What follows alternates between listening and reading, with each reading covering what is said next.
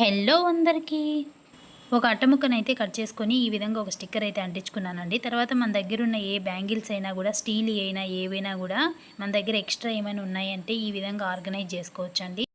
కొంచెం colour shade ఏంటివి gold colour అలాంటివి ఉంటాయి కదా, వాటితో అయినా చేసుకోవచ్చు. నేనైతే మట్టి బ్యాంగిల్స్ తీసుకున్నా. ఈ విధంగా ఒక్కొక్క దానికి గమ్ పెట్టేసి ఈ విధంగా అంటించేసుకుంటున్నా.